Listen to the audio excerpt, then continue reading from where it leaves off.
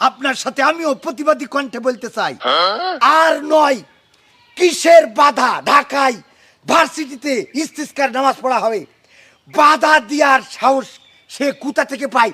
সবাই দাঁত ফলাই দেবো তার। ওরে আল্লাহ চাচা, আন্দোলন আন্দোলন আন্দোলন, ইসলামের বিরুদ্ধে যারা যা করবে আন্দোলন আন্দোলন। তোর চাচা রে, না বাদ দেন। আমি কোন হামলার কথা বললাম আর আপনি কোন হামলায় নিয়ে চলে গেলেন? কোনদিনই ফরিদপুরের কথা কি আমি আপনার বলতে কইছি?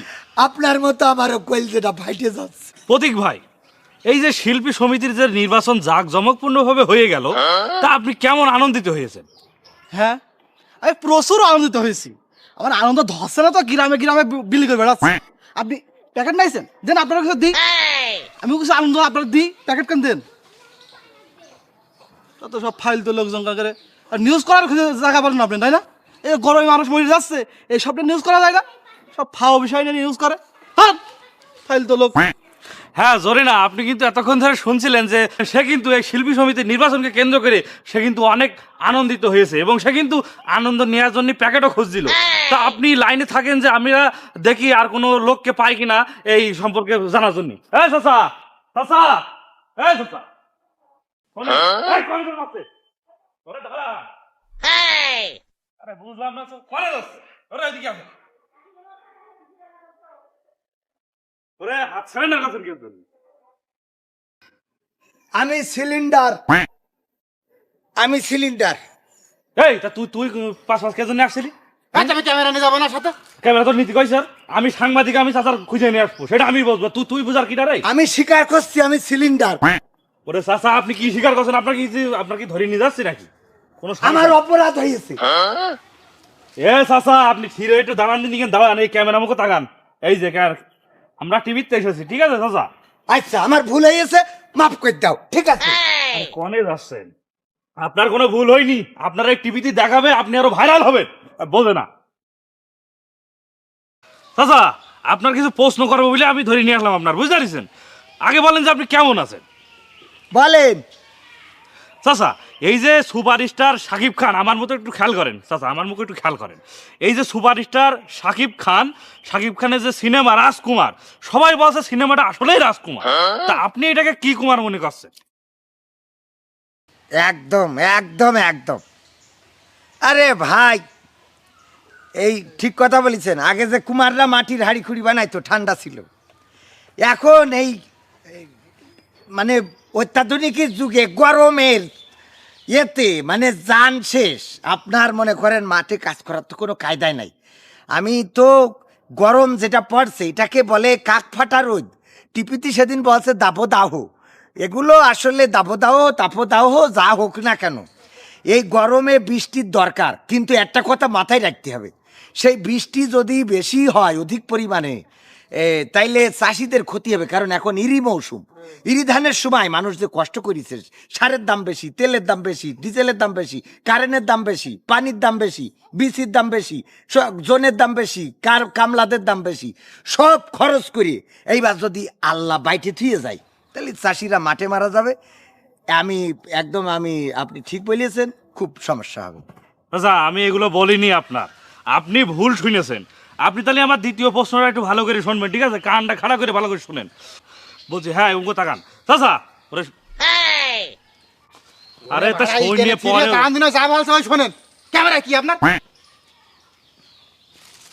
আমি কথা বলছি না, কথার আগে শুনতে হয়, তারপর কেমন আমাকে তাকাতে হয়। কোথায় দ্বিতীয় প্রশ্ন হচ্ছে, এই যে শিল্পী সমিতির নির্বাচনকে কেন্দ্র করে সাংবাদিকদের উপরে যে হামলা করেছে শিল্পীরা, এইটাকে আপনি কিভাবে দেখছেন বলেন দিন? আমি তো একটা সাংবাদিক, সেই হিসেবে আপনি কন। হামলা আসলে এটা নিজেই কষ্ট পেয়েছি। একজন মায়ের দুইটা কলিজার টুকরা সন্তান, তাদেরকে পিটায়ে পিটায়ে যেভাবে মেরে ফেলেছে, আমি সত্যি মর্মাহত হয়েছি। এই যে ফরিদপুরের মধুখালী, ঘটনাটা আমার মনে পড়েছে। এটা নিয়ে আসলে সেভাবে কোনো মিডিয়া এগিয়ে আসে নাই। কিভাবে মারলো? একটা পূজা মন্দিরে আগুন লেগেছে বা লাগিয়েছে, এরকম একটা গুজব রটিয়ে যাদের উপরে হামলা করা হলো, তারা অপরাধী কিনা আশঙ্কা করে তাদেরকে মেরেছে। 5 জন হাসপাতালে, 2 জন আশঙ্কাজনক অবস্থায়। এটা কি ধর্মের কাজ?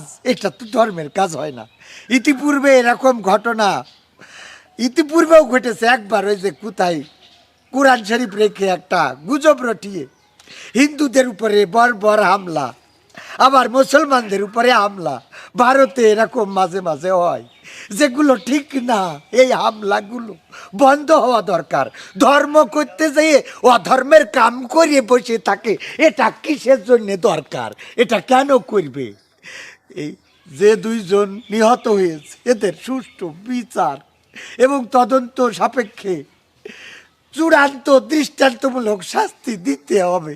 যে মায়ের কোল খালি হয়েছে, আমি আর কথা বলতে পারছি না। এই চাচা, না বাদ দেন। আমি কোন হামলার কথা বললাম আর আপনি কোন হামলায় নিয়ে চলে গেলেন? কোন দিনই ফরিদপুরের কথা কি আমি আপনার বলতে কইছি? আপনার মতো আমারও কোল যেটা ফাইটে যাচ্ছে। থামান দিন, কান্না থামান। আপনার না গেন্দা বলে ভালো লাগছে না বলো। কোসে আপনি কি আসলে কি সমস্যা কি আপনার? হ্যাঁ, আপনি মানে শোনেন না নাকি? আর 3 নম্বর প্রশ্নটা কিন্তু একদম ক্লিয়ার করে আপনার জবাব দিতে হবে বলো। আর আপনি সব আগে সব উল্টো পাল্টা করে দিয়েছেন। কোসি আগেকার সময় যে জনপ্রিয় চিত্রনায়িকা শাবনূর শিল্পী সমিতি নির্বাচনকে কেন্দ্র করে যে ঢুকতে যাচ্ছিল না এফডিসিতে, তো ওর তো ঢুকতে দিচ্ছিল না। তো এই যে আচরণটা তার সাথে করেছে, খারাপ আচরণ, তা আপনি কি এটাকে কি কিরাম মনে করছেন? এটা আসলে ধিক্কারজনক, নেককারজনক। এটাকে আমি ভালোভাবে নিতে পারিনি, কারণ আমি এদেশের একজন সাধারণ ইংলিশে বলে যে পাবলিক, মানে জনগণ। তো আমি যেহেতু জনগণ, আই এম এ জনগণ, সুতরাং আমি এটাকে ভালোভাবে নিতে পারিনি। কারণ যখন দেশ তীব্র দাবদাহে জ্বলতেছে, তখন ইস্তিস্কার নামাজ পড়ার জন্য ঢাকা ভার্সিটির ছাত্ররা এই অনুমতি কেন পাইল না? আরে যেখানে হোলি খেলার অনুমতি পায়, রং চং মাইকে রোজার মাসের পবিত্রতা নষ্ট করি, ছেলে মানুষ মেয়ে মানুষের রং লাগাই দেয়, মেয়ে মানুষ ছেলে মানুষের রং লাগাই দেয়, শিখেনে কেন আজকে ইস্তিস্কার নামাজ কেন পড়তে দেওয়া হবে না? এটা আমারও প্রশ্ন। ইতিপূর্বে ইফতার করাকে কেন্দ্র করে সেখানে ঝামেলা হয়েছে। আবার বটতলায় কোরআন শরীফ পড়াকে কেন্দ্র করে অনেক সুশীল নাগরিক, সচেতন নাগরিক দাবি করে যারা, তারা সমস্যা করেছে। সেখানে রং মাখাকে কেন্দ্র করে সমস্যা হয় না। আপনার পয়লা বৈশাখ মঙ্গল শোভাযাত্রা করি সমস্যা হয় না। কিন্তু এই যে যারা ইস্তিস্কার নামাজে বাধা দেয়, এরা কারা? এরা কারা সেটা খুঁজে দেখা দরকার। আপনি ঠিক বলেছেন। আমি ঠিক বলেছি? এরা কারা মানে? আপনার মতো ফাইলতে লোক। একদম একেবারে ফালতু লোক, সত্য বলেছেন। হ্যাঁ, চুপ করেন দিন আপনি। হ্যাঁ, আপনি কালা, আপনি হ্যাঁ, আপনার কানে সমস্যা। 3টে প্রশ্ন করলাম, 3টে প্রশ্নের উত্তর আপনি এক এক সময় মানে এক এক উত্তর দিয়েছেন। কি সমস্যা কি আপনারা? আপনার সাথে আমিও প্রতিবাদী কণ্ঠে বলতে চাই, আর নয় কিসের বাধা? ঢাকায় ভার্সিটিতে ইস্তিস্কার নামাজ পড়া হবে, বাধা দেওয়ার সাহস সে কোথা থেকে পায়? খাবাই দাঁত ফলাই দেবো তার। ওরে আল্লাহ চাচা, হ্যাঁ কি সমস্যা আপনারা? আরে মাথায় থাম আছেন কেন? আর আমি প্রতিবাদ করলাম, আমি দেখে আমার চেহারা দেখে প্রতিবাদ মনে আছে? জিহাদ কাকে বলে সাংবাদিককে দেখে শিখে নাও। জিহাদ কাকে বলে সে দেখাই দিয়েছে আজকে। আপনি তো জিহাদ না, কিসের জিহাদ? আপনি তো ডাইরেক্ট মুজাহিদ। দশ চাচা, আপনার কোনো কাজ বাজ হয়? হ্যাঁ, কি আপনার সমস্যা কি? আপনি মেলা কালা তো। ঠিক আছে, আমরা 3 জন একসাথে জিহাদ। আপনি চুপ করেন, আপনার কোনো ক্যামেরাতে ভাড়া মেরে ফেল দেবেন একদম। মাইক্রোফোন এখন কি ধরে এই মাইক্রোফোন ধরবেন সাংবাদিক, আমি তো ওর তার চাচার অনুমতি নিতে হবে না। আন্দোলন আন্দোলন আন্দোলন, ইসলামের বিরুদ্ধে যারা যা করবে আন্দোলন আন্দোলন তোর চাচা রে আন্দোলন। ভাল লেগে না? আকামো কালা আমি শালা, কালা আমি, হ্যাঁ কালা আমি শালা, শালা কালা আমি না। পাকামো করার জায়গা খুঁজে পাও না। কনে এফডিসির নির্বাচন, কনে রাজকুমার, কনে শাবনূর ঢুকতে পারিনি, কনে ঢুকতে পারিনি, কত রকম প্রশ্ন। হ্যাঁ, যখন দেশে তীব্র দাবদাহে দেশের মানুষ অতিষ্ঠ, সেই সময় ওনারা আছে কনে এফডিসির নির্বাচন, হামলা মামলা, এইগুলো নিয়ে রাজকুমার টোমান। হ্যাঁ, ফরিদপুরে যে সমস্যাটা হলো, এইটা নিয়ে কোনো বক্তব্য নেই। তোমার ঢাকা বিশ্ববিদ্যালয় ইস্তিস্কার নামাজ পড়তে দিলে না, সেখানে রঙের হোলি খেলা চলে, তা নিয়ে কোনো কথা নেই। তোমার নিয়ে কোনো, এই যে আর একটা কি বিষয় এড়াই গেছে, তা নিয়ে কোনো কথা নেই। তোমার এইসব নিয়েতে পাকামো করার জায়গা খুঁজে পাও না, না? হ্যাঁ, পাকামো করার জায়গা খুঁজে পাও না, কালা আমি শালা। আমার কাজের সময় করি দিলে ডিস্টার্ব।